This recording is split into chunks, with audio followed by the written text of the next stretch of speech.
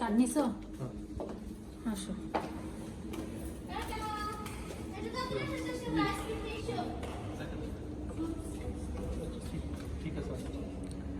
Of করো।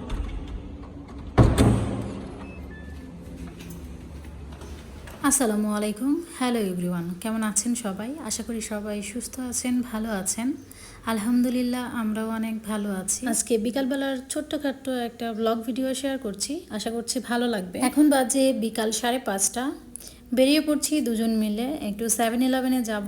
সকালের নাস্তার জন্য কিছু টুকিটাকি স্ন্যাক্স কিনবো, যেমন ব্রেড, ডিম, বিস্কিটস, বাচ্চাদের জন্য আইসক্রিম তো নিতেই হবে, যেহেতু আসার সময় দরজা লাগানোর সময় বলে দিয়েছে যে আম্মু আসার সময় আমাদের জন্য আইসক্রিম নিয়ে আসবে। তো আইসক্রিম তো নিতেই হবে, এটা অন্য কিছু আনি বা না আনি আইসক্রিম আনতেই হবে যেহেতু বলে দিয়েছে। আর এদিকটায় আমার হাজব্যান্ড দেখেন, লিফটের গ্লাস দেখে আমার হাজব্যান্ড একটু পোজ নিচ্ছিল। বের হয়ে দেখি এদিকে উৎসব চলছে, একটা উৎসব মুখর পরিবেশ, সবাই আনন্দ করছে। আমরা আসলে জানতাম না আজকেও ওয়াটার ফেস্টিভ্যাল চলছে, কারণ কিছুদিন আগেও আমরা বাইরে বের হয়েছিলাম, তখন দেখেছি তাদের উৎসব চলছে। আমরা ভেবেছিলাম একটু বাইরে বের হব, ঘুরতে যাব। সেই দিন আর যাওয়া হয়নি, কারণ তাদের উৎসবের কারণে গাড়ি ছিল না, ট্যাক্সি পাচ্ছিলাম না, তাই আর যাওয়া হয়নি। আজকে এসে দেখি সে একই অবস্থা, তবে আজকে আমরা বেশি দূরে যাচ্ছি না, তাই আজকে আর কোনো সমস্যাও নেই।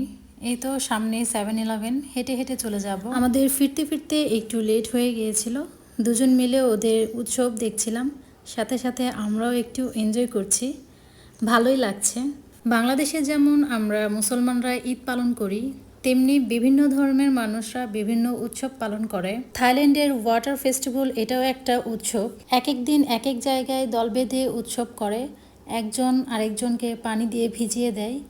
তো সেরকম আজকেও দেখছি আমাদের অ্যাপার্টমেন্টের গেটের সামনে দল বেঁধে একজন আরেকজনকে পানি দিয়ে ভিজিয়ে দিচ্ছিল, এটাই ওদের আনন্দ। আমরা যেমন ঈদের দিনের জন্য অপেক্ষা করে থাকতাম, সেই অপেক্ষাটা অনেক আনন্দের ছিল।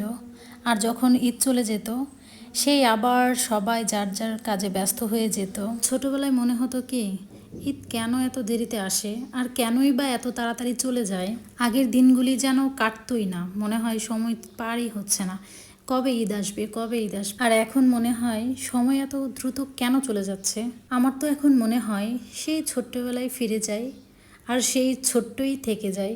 সেই ছোট্ট মেয়েটা এখন সংসার সামলাচ্ছে, বাচ্চা কাচ্চা সামলাচ্ছে, ভাবতেই কেমন অবাক লাগে।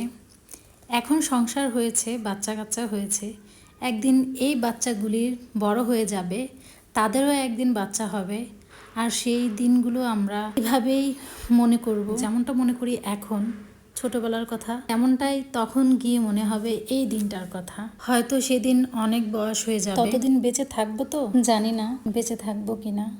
আল্লাহ তাআলা যার হায়াত যতটুকু দিয়েছে সে ততটুকুই এই পৃথিবীতে থাকতে পারবে। যাই হোক, অনেক বকবক করে ফেললাম। আমরা এদিকটায় 7-Eleven-এ এসে পড়েছি।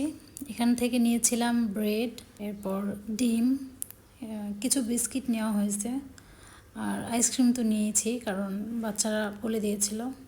আর এদিকটা এই পিচ্চি বাবুটা খুব সুন্দর করে তাকিয়ে আছে, একটা মুচকি হাসি দিল।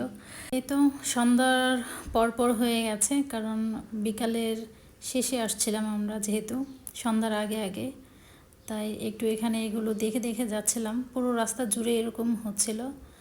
আর ইনি হচ্ছে, ওনার নামটা আমার মনে নাই, উনি আমাদের অ্যাপার্টমেন্টের নিচে একটা স্টোর আছে, ওই স্টোরে জব করে, তো আমাদের পরিচিত। উনি আমাদের একটা চপিং বোর্ড নিয়ে এসে দিয়েছিল, যেটা একদম মিনি সাইজ। আর এই তো দেখেন, সে হয়তো কিছু একটা খেয়েছে কিনা জানি না, সে পাগল হয়ে গেছে। ওনার কিন্তু বয়স আছে, ওনার অনেকগুলো নাতি নাতনি আছে, তারপরেও দেখেন কত এনজয় করছে, দেখে বোঝাই যায় না যে এত বয়স। তো একদিন আমার হাজব্যান্ড ওনাকে দেখিয়ে, আর ওনার সাথে ওনার নাতি ছিল, তো ওই নাতিটাকেও দেখিয়েছে, তখন আমি বুঝেছি যে ওনার আসলে এই বয়স আছে। যাওয়ার সময় একবার দেখা হয়েছিল, কিন্তু আসার সময় আরও একবার দেখা হয়ে গেল। এদিকটায় দেখেন আমাকে পুরো ভিজিয়ে দিয়েছে, হিজাবটার কালারই অন্যরকম হয়ে গেছে, পানিতে ভিজে ডার্ক কালার হয়ে গেছে।